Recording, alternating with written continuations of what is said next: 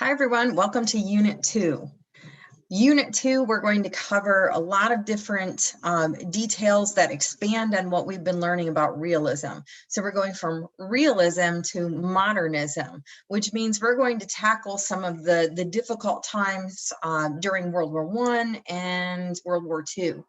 So we're going to see how the literature has continued to change and shift with some of the different things that have been going on in society and the shifts in things like technology and science and all the things that people really started thinking about in response to what they were going through. Before we get into that, though, I wanted to let everyone know that I've really enjoyed working with you during the first unit. I hope you enjoyed it too. The discussions were vibrant. You were asking great questions. You were helping each other, encouraging each other, and that just felt really good because it felt like an in-person class for me. Keep up the good work with the discussions and the essays and everything like that. And you will continue to grow as not only a reader and a critical thinker, but as a writer too. So as you write your responses and your posts and your papers, I'll give you feedback along the way and grades, of course, but the feedback is really important because that's how you grow as a writer. So I'm happy to give you feedback on your drafts. Some of you took advantage of that and oh my gosh, you did a great job revising. Some of you took advantage of the Writing Center and the Smart Thinking tutoring app, as well as using the Turnitin function to double check to make sure you had all your quotes in place and everything like that. So using your resources is really important. My promise to you is that I will get you feedback on your first essay before the second essay is due. That way, if there's anything you need to make adjustments to, you have time to make adjustments before the second essay.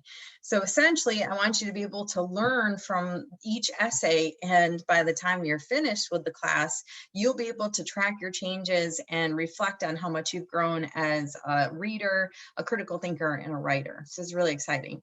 At least for me, I get excited about that stuff. So this unit, let me just go ahead and pull up my notes for us. This unit and this lesson, it's going to take you through some of the artwork, the literature, of course, and the time period information that you need to really think critically about what the writers were doing and thinking as they were shifting from realism more to modernism. Now, remember, with realism, people worked from the idea of what we want things to be into what things are in reality. And from reality, we go even deeper into the thought processes of the authors during that time period to see what questions they had. They started questioning a bunch of different things in society, who they are, the idea of identity, who are we as Americans, that started shifting and changing, especially when we started to see some of the world conflicts that were going on. People started to question who we were in the global setting. Where do we fit in? And where do the immigrants fit in the United States too? So we're going to see a lot of different voices come in into American lit. But know that modernism was a whole kind of world experience too. So with the world wars, we're seeing a lot of different opinions and different ideas coming in that we'll see reflected in our American literature. So it's kind of multifaceted, which I think is kind of fun. In this little introductory video, I wanted to go over a few things to think about with modernism. I also wanted to kind of give an overview of the ULearn page. Now that you've had a little bit of experience with the unit, with Unit 1, it's going to follow the same patterns. So I wanted to take a look at the syllabus and show you how I track things like the announcements, the discussions, the grading, things like that. So now that you've gotten your feet wet a little bit with it, I want to just go through some quick reminders. But just a quick overview with modernism. This is kind of a little bit of information from your textbook for this unit, 1914 to 1945. But know that a lot of this information you can find in the video introductions I give you, in the lesson, the readings that I've put in the lesson, and online in the virtual library. As well as just doing a regular Google search for a lot of the information on modernism, American literature, and the authors that I've listed. You can use any of the authors and their pieces that I have listed. You don't just have to go from what's in the book. And I think that's especially important. I don't know if I told you guys, but normally I don't use textbooks. And I took over this class a little bit later, and a lot of people in the semester, the 16-week semester, so already people had purchased the textbook, so I didn't want to change that. But normally I don't use textbooks. I use open source things, and I try and tailor my assignments around that. So I've done the best that I can with tailoring it. If you are unable to get the books, you can still access the information. It just might take a little bit more legwork to find the books and the resources online. But I do the best I can to also put stuff in the lesson for you to show you where you can find different information if you don't have the book. So I know a few people emailed me and said they couldn't afford the book, and so I was able to give some links and point you in the right direction, because I know how expensive textbooks can be. So the textbooks are great all in one to help you get your bearings with the readings and the time periods. But if you can't afford them, there are other resources available. And if you're not sure, always email me and ask. I'm happy to help work our way through things to make sure that you meet success.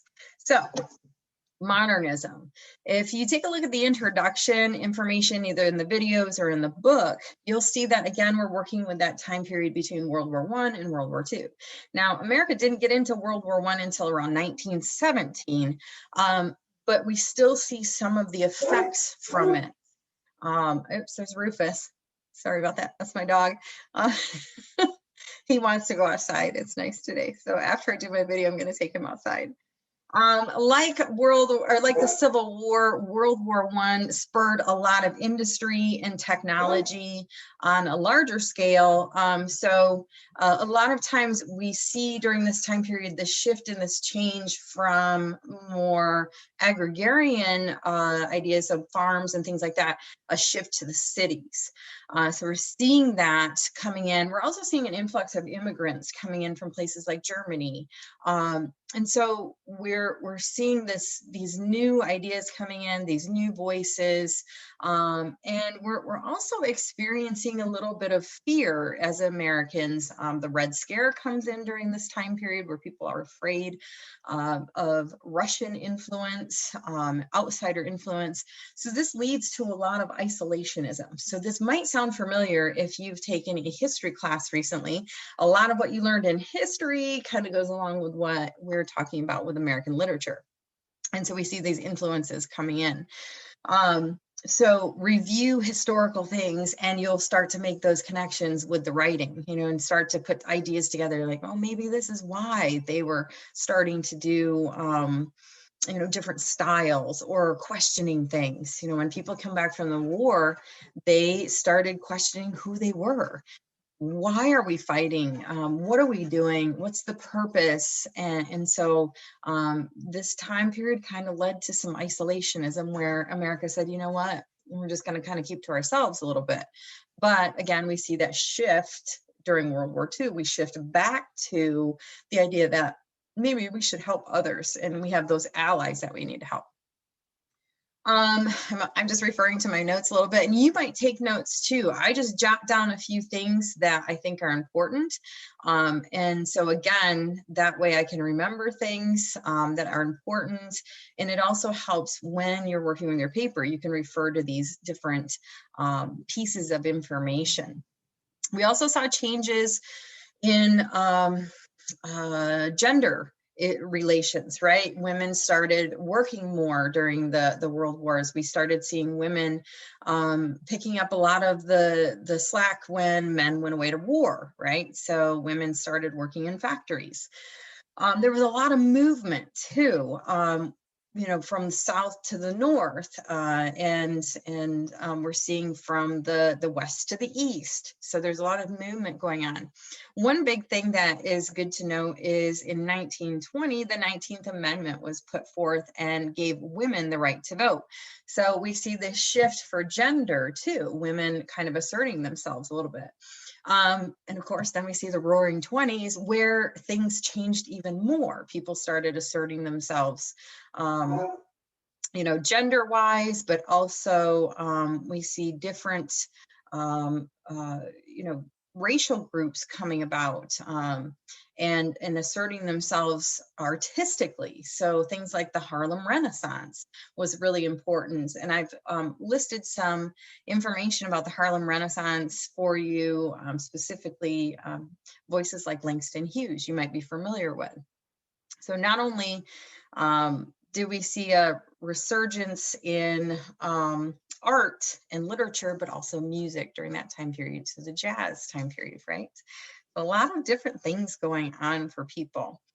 But again, people are still questioning who they are, right? Who are we as Americans? What does it mean?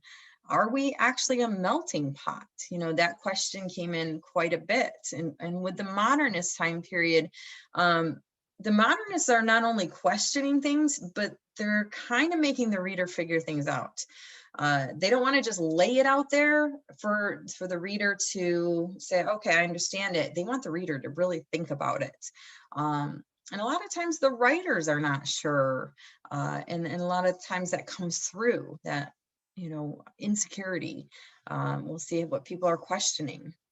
Some of the writers during the time period, the literary writers, are breaking away from the traditional styles and the traditional topics, and so we see this kind of shift away from realism into modernism, and we'll see in the next unit postmodernism too.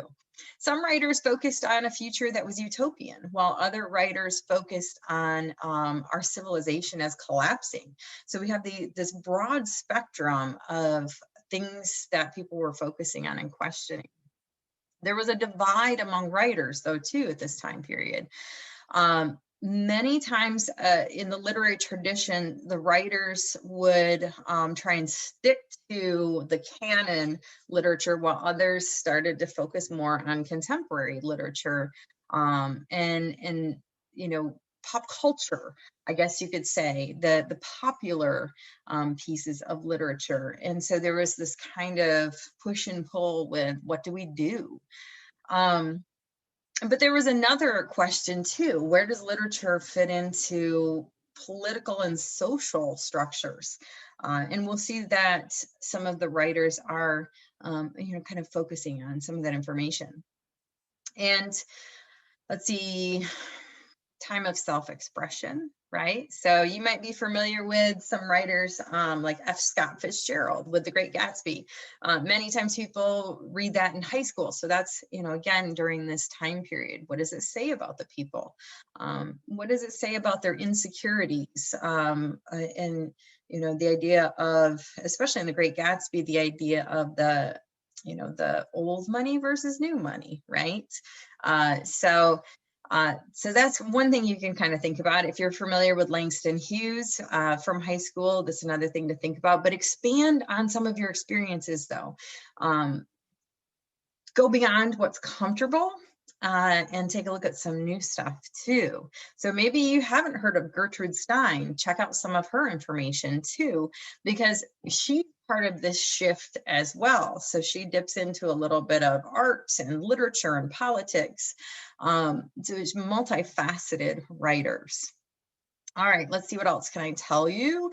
There were some really important court cases at this time period too. You might want to check out. The Scottsboro trial was in the 1930s, and the Sacco Vanzetti trial was in the 1920s. So you'll see how different ideas come through and we see changing laws, we see changing court cases setting precedent with things like race and you know, the idea of these outsiders, spies coming in.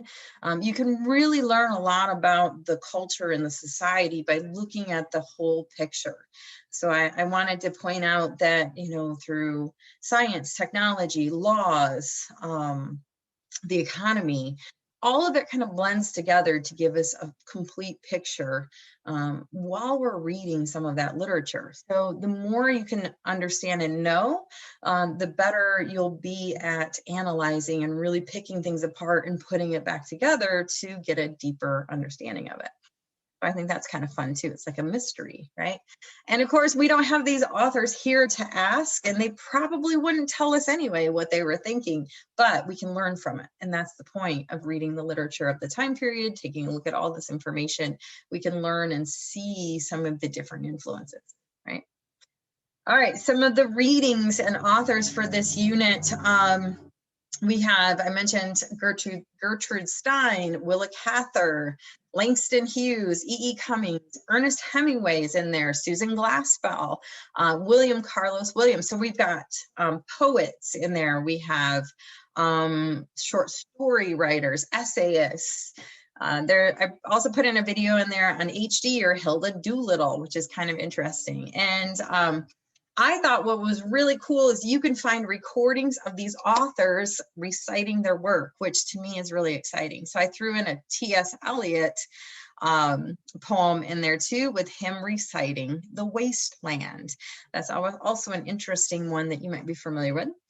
William Faulkner and John Steinbeck are two other favorites of students during this time period. So much so you might have even read them in high school. William Faulkner, you might be familiar with his book, As I Lay Dying. He also has some great short stories too. A Rose for Emily is one of them that you might be familiar with. And then John Steinbeck is also a writer that chronicled what was happening kind of during the time of the Dust Bowl a little bit in the 1930s. So he traveled around the United States and he talked about what people were experiencing. So Of Mice and Men might be one that you're familiar with by Steinbeck. The Grapes of Wrath is another great one that you might be familiar with. So I tried to give a kind of overview and smattering of some great authors in there, but know that this is not the end all. There's so many different authors listed, not only in the textbook, but online that you can pull from this time period. So feel free to bounce ideas off each other, put it in the discussion for week 3, ask questions, and you can always shoot me an email and say, hey, would it be okay if I worked with this author in this piece? More likely than not, it'll work, especially if it's from this time period. So I want you to find something that you can gravitate toward and be excited about, and so much so that you want to explore it a little bit more, and you want to get into the piece so much that you want to write about it, right? All right. So I'm just going to share my screen with you. We're going to take a look at, we're going to shift gears a little bit. We're going to take a look at the syllabus, just to remind you where all this stuff is listed. And then we're going to shift over to ULearn and just do a quick overview of where things are, just in case you're not familiar with that. Normally I would do this in a regular class setting. So I try and put things in the video to help you kind of move through the different things. And you guys have done a great job navigating so far. And I know this is new for some of you, or maybe it's been a while since you've written about literature, but I just want to say you're doing a great job.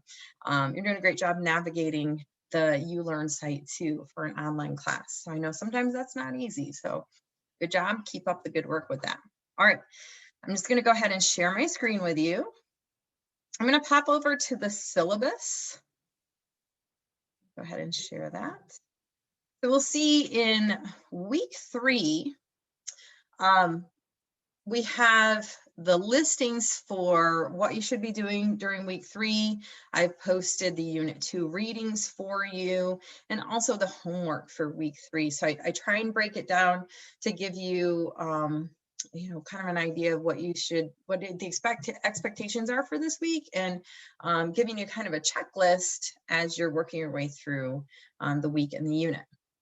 So we're going to read through the information on Unit 2. Make sure you go through the entire lesson. The lesson not only is going to be an introduction to the unit, but it gives you some video resources, some author resources, as well as week 3 discussion link, the assignment, the essay assignment link, and the midterm check-in. Can you believe it? Next week, week 4 is already midterm. It's crazy, isn't it? It just seems like we just started. With these 8-week classes, they go so fast. They're exciting and fun, but they do go really fast. So if you're having a hard time keeping up with things, contact me. Let's figure out how to get you back on track and make sure you're moving through the course at a good speed that works for you and me, right? So this week you are posting to week 3 discussion. Try and post by Wednesday at midnight, so that way you can we can get people responding throughout the week. Ask each other questions. Post parts of your paper if you even want to. Say, hey, what do you guys think of this? Or I was looking at this particular piece. Is anyone else looking at it? What are you noticing? What are you focusing on? Things like that. I list the readings and the page numbers in here, but again, know that you can look stuff up online too, or you can work with any other pieces that you don't see in here for the time period. That's why I always put that little note at the end for you. Again, like Unit 1, during the first week of the unit, I want you working on that draft. That way you can submit it to the Writing Center online. You can submit it to Smart Thinking online. You can also send me a copy and ask questions. You can say, hey, am I on the right track? And I'm happy to help you. Trust me, it's a lot easier to get the feedback before it's due, then you do a little bit better on the essay. And you're learning too, right? That's the whole important part about it. I want you to learn and grow as writers. All right, so that's the syllabus information. And you'll also notice that I post weekly announcements. You'll see it says week 3 announcement, right? So at the very top of the ULearn page, you'll see that each week I post announcements. And the announcements are similar to what's on the syllabus, just so I'm consistent. And I want to build that consistency for you as well. If you ever do have questions about the syllabus, you can always contact me. We can set up a virtual meeting. We can set up a phone conversation, or you can email me questions. Again, I teach high school during the day. So typically I'm available to answer questions over email sooner than phone calls and stuff, but after 3:30, I'm happy to answer phone calls and video chat with you. Also on the weekends. Weekends are good as well. So let's make it work for you and fit it into the schedule for both of us. All right, let's pop over to ULearn. So on our ULearn page, let's pull that up for us. It's going to be the student view. So this is what you're seeing as the student. My view is a little bit different as the instructor, but I put it into student view so it would look the same for you. You'll notice that at the very top, we have the announcements part. That's where I list the weekly announcements and anything else that I need to, get out to you guys. So you just go ahead and click on the announcement for that week and wait for it to load. And then lo and behold, there's the information about week 3. I've given you some kind of guiding information and questions to go along with it, and some reminders there too. Also on the very top part, you'll see, if you go back to the home page there, you will see that the syllabus is listed there and some resources too.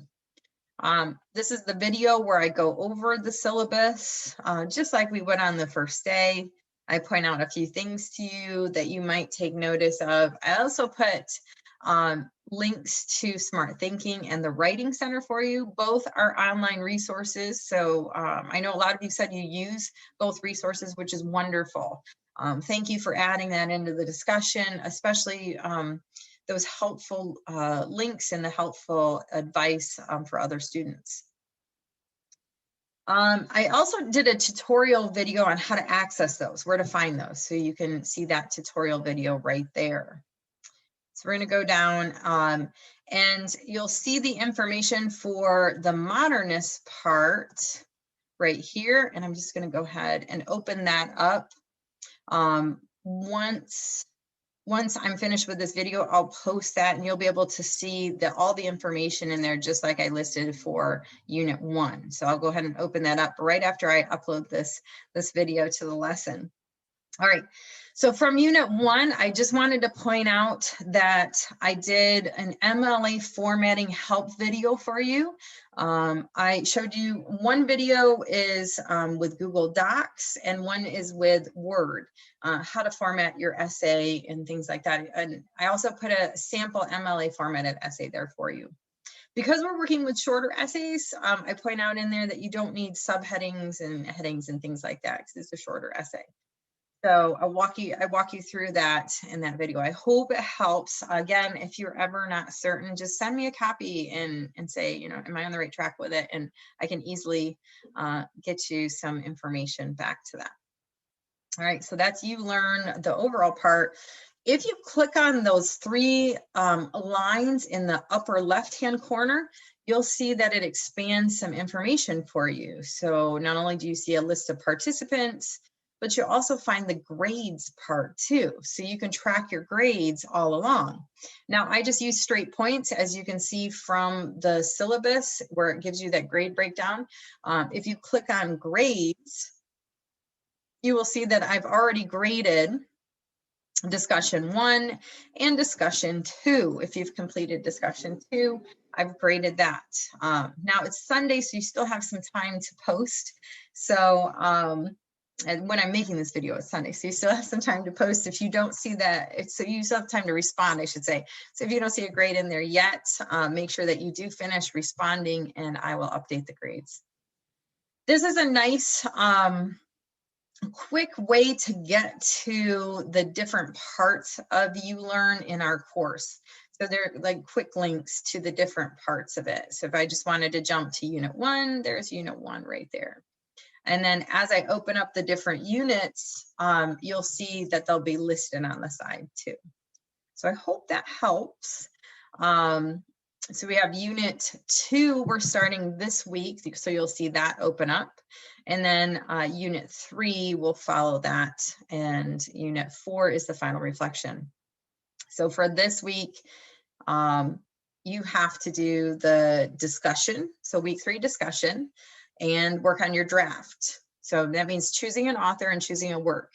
I suggest choosing just one work, just so you can focus on your analysis more. So people asked that question. That was a really great question. So I wanted to address that and make sure that, you know, that made sense. You don't have to, more works doesn't necessarily mean a better analysis and essay. So more is not, you know, it's not always better, especially when it comes to writing your paper. All right, next week, week 4, you'll see that instead of a discussion, we're doing a midterm check-in. So the midterm check-in, you'll see that that's in the lesson 2. There's a little submit button, but you have some options. So I give you some guiding questions, but basically the midterm is for you to communicate directly with me in a way that works best for you, which means you can email me, you can set up a virtual meeting or a phone call, or you can type in a document, upload your information to that assignment. So whatever works best for you. I know some of you have busy schedules, so maybe working at 1 o'clock in the morning and just submitting an email or a document works best for you, and that's absolutely fine. If you want to talk one-on-one and go over your progress, your questions, anything like that, set up an appointment with me, and I'm happy to help. So That's next week. If you would like me to put in an optional discussion for next week, just let me know. Just say, hey, I really like the discussions. Can we open one up just so we can talk about our papers with each other? I'm happy to do that. You just let me know. But I didn't want to overload you guys too much while you're working on your paper. So I think it's important to get that reflection time in, and it's important to talk to your instructor to let me know how you're doing, to let me know how I can help, what other resources I can offer to you. So I know that was a lot of information, so feel free to rewind the video and watch different parts as much as you can. I try and cram it all in there, so I know that was a lot, but I'm hoping that'll get you a nice introduction to the unit, to the, the announcements and you learn and things like that too. So please let me know if you have any questions or if you have any comments. And I look forward to seeing you in the discussion this week. Have a good week and happy reading.